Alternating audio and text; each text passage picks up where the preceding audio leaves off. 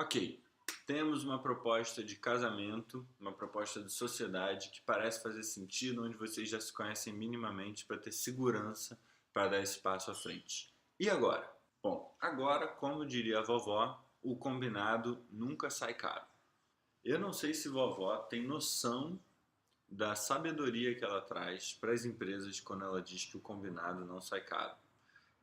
A quantidade de estresse, a quantidade de dinheiro, a quantidade de desgaste emocional que seria economizado se a gente dedicasse um pouquinho mais de tempo fazendo acordos que lá na frente vão fazer uma diferença gigantesca. Eu, nesse pouquíssimo tempo de estrada empreendedora, já vi milhões de reais deixados na mesa e algumas amizades se desfazendo porque simples acordos não foram feitos. Eu estou dizendo que se esses acordos fossem feitos, isso seria lá na frente evitado? Eu não sei porque eu não tenho bola de cristal nem volto no tempo. Mas o que eu sei é que muitas sociedades são construídas em cima de zero acordos ou pouquíssimos acordos, o que nos levam a uma das coisas que há de mais perigoso no mundo, que é suposições. E aí eu suponho uma coisa, você supõe outra, e quando chega o momento da gente se separar, quando chega o momento da gente tomar uma decisão que é muito importante para os dois, então as suposições vêm à tona e a gente vê que uma sociedade que parecia tão alinhada, na verdade, acaba se polarizando. E a gente que vive no mundo da internet hoje sabe muito bem quão destrutivo pode ser a polarização. No final das contas, todo mundo sai machucado e ninguém sai ganhando. O que eu acho que é muito importante dizer, não só sobre acordos não feitos que geram suposições, acordos que não são feitos não quer dizer que não tem acordos registrados. Então, muitas empresas que eu acompanhei, inclusive esse ano, sociedades se desfazendo, elas não tinham ainda um contrato legal, então eram sociedades que estavam começando e pelo empreendedorismo no Brasil, como ele é feito, ainda não tinham um contrato social, então tiveram que desfazer uma sociedade que nem existia, então isso traz uma série de complexidades.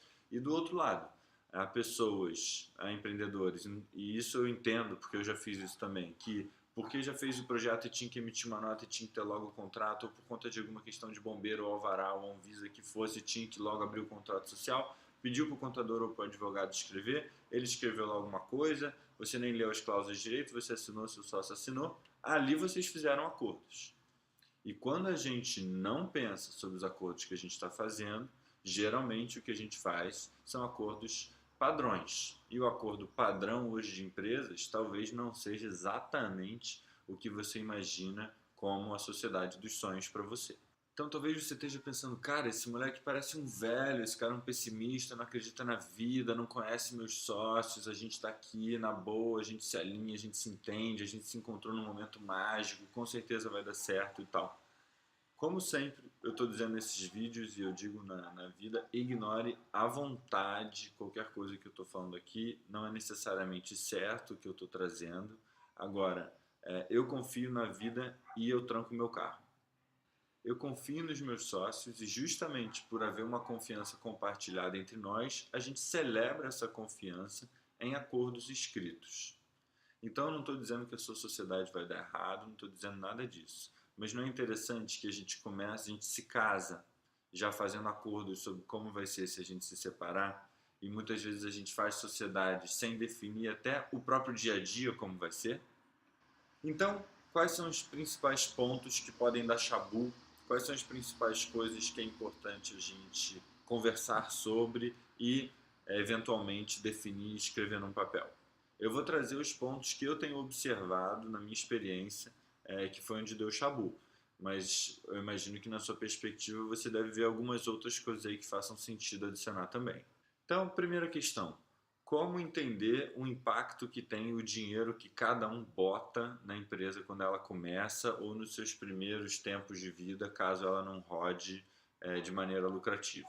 O dinheiro que um cara está botando que ainda está no emprego equivale ao trabalho que outra pessoa tá fazendo sem ganhar nada? O dinheiro que uma pessoa está botando simplesmente entra no caixa e é isso?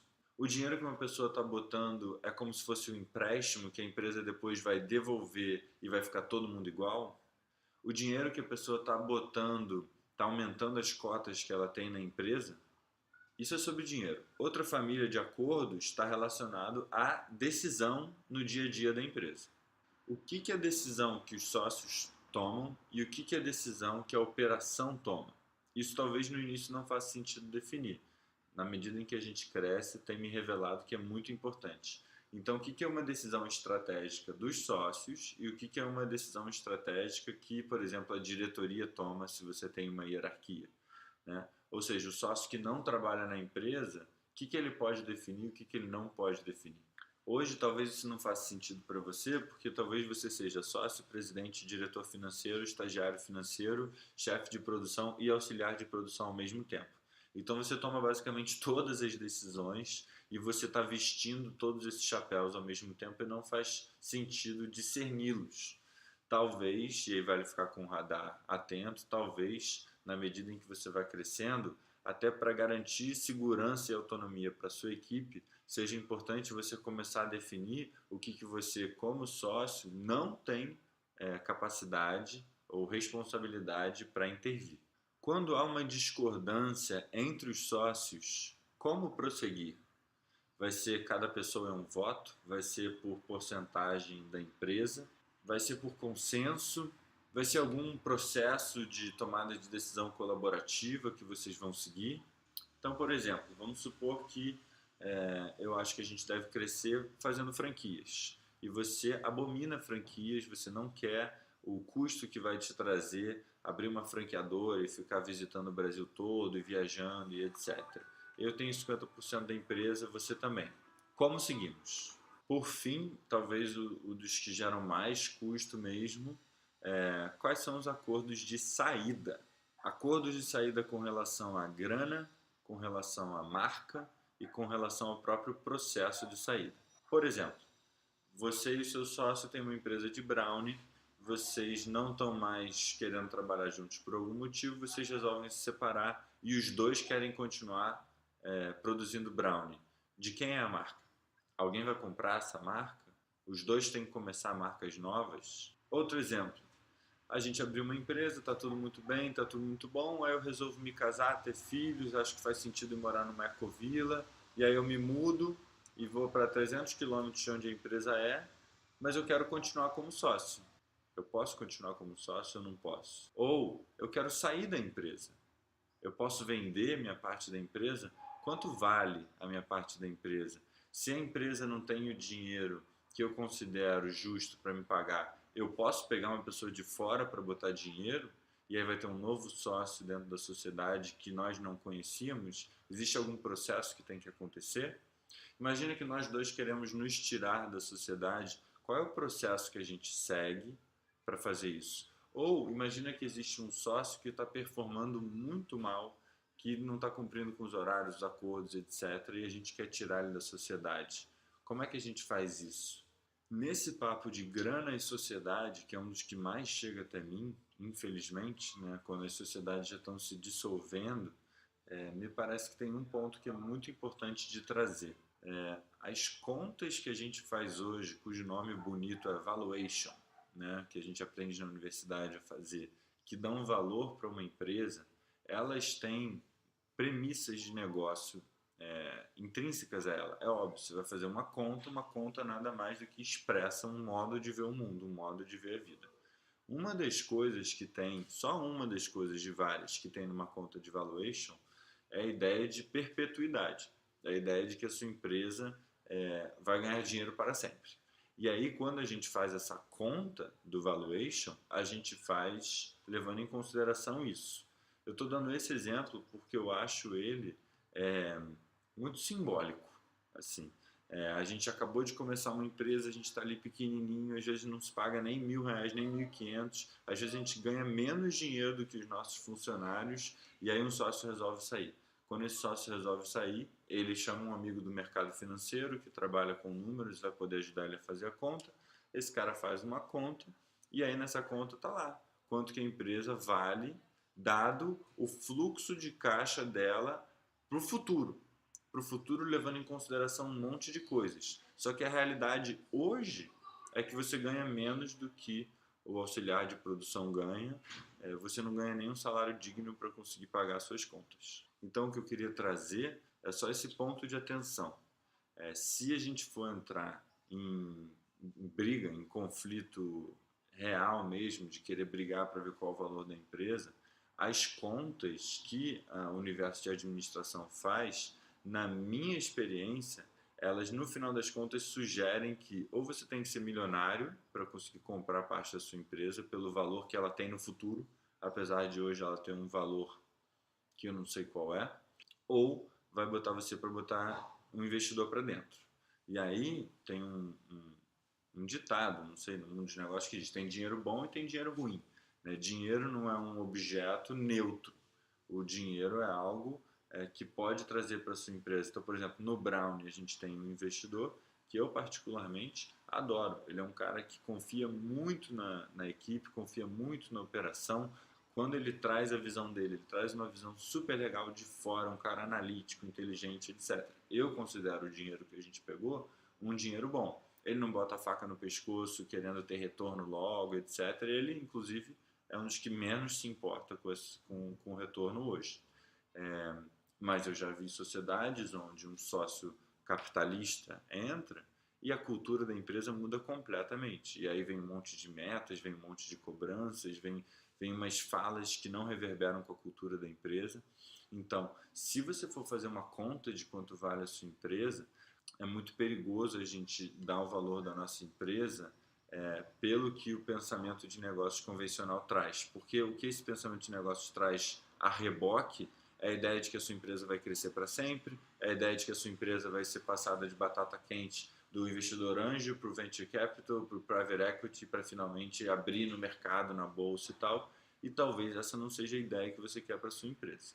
Então, quando vocês forem parar para falar de valores, o que eu tenho visto é que essas contas podem até apoiar, mas no final das contas o valor acaba sendo algo que faz sentido para a realidade que cada um vive, que faz sentido para a capacidade que você tem de pagar um valor que é justo para o seu sócio, mas que também é justo para você. Para finalizar, todos os acordos podem ser revistos sempre, eu acho, pelo menos. Então, na medida em que galera, a gente concordou que a gente ia distribuir dinheiro dessa maneira, mas, poxa, a operação está crescendo tanto, vamos reduzir o dinheiro que a gente está ganhando? Ou o contrário, pô, galera, a gente pensou assim, tarará, tudo bem, na medida em que respeite o processo da sociedade de vocês. Então, por isso que é tão bom ter um processo para definir as coisas, porque se as coisas não estão legais, a gente usa esse processo para mudá-las. E o outro ponto, eu amo advogados, assim como eu amo bombeiro. Mas eu quero bombeiro na minha empresa para prevenir o incêndio, né? Para me ensinar qual é o caminho que eu tenho que fazer para todo mundo sair bem caso aconteça um incêndio. Mesma coisa com os advogados. O que eu até conversando com amigos advogados, o que traz muita frustração para eles é que a gente consulta eles depois que o negócio já deu errado, depois que a gente já está brigando e gritando um com o outro. Então me parece que pode ser muito importante a gente incluir advogados nessa conversa, mas que a gente faça isso antes. A gente use os advogados com a inteligência que eles têm, as informações que eles têm da lei, para prevenir desastres de acontecerem, não depois para remediar, porque se torna muito caro remediar. Lembrem-se, o combinado não sai caro e para combinar pode ser interessante tanto processos colaborativos de conversa entre sócios, etc., dependendo muito da sua cultura. Talvez você, como fundador, possa definir todas as regras do jogo e aí quem entrar naquele jogo já sabe que regra é essa.